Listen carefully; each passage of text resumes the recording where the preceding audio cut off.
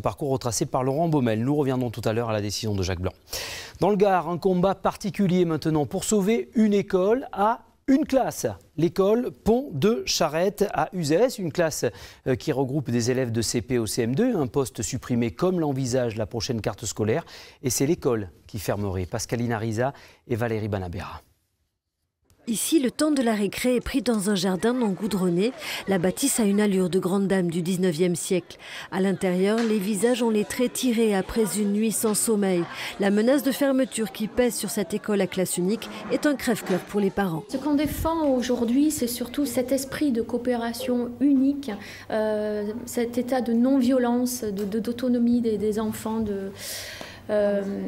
d'entraide qui est là, du CP jusqu'au CM2. Dans la cour de l'école, vous verrez toujours des enfants de CP jouer avec les CM2. Ils font bloc, ils sont unis tous ensemble. Pas de classe ce matin pour les 20 enfants scolarisés. Sur les pages blanches, les dessins s'expriment. Et sur les murs, la crainte qu'un lieu d'enseignement familial disparaisse. Et encore à l'heure actuelle, des enfants en difficulté qui auraient peut-être beaucoup plus de mal à s'adapter à des écoles plus grandes, à des grands groupes. Cette maison de maître, construite en 1908, a été léguée à la municipalité à la seule condition d'y installer pendant 100 ans une école pour les enfants d'ouvriers.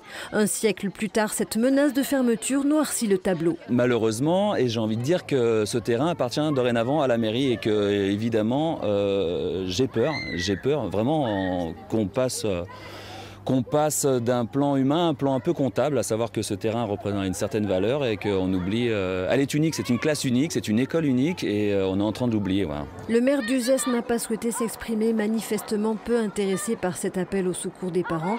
Des parents très impliqués pour défendre cette école publique républicaine où chaque élève obtient plus tard d'excellents résultats au collège. Le chiffre du jour publié par Pôle emploi, celui des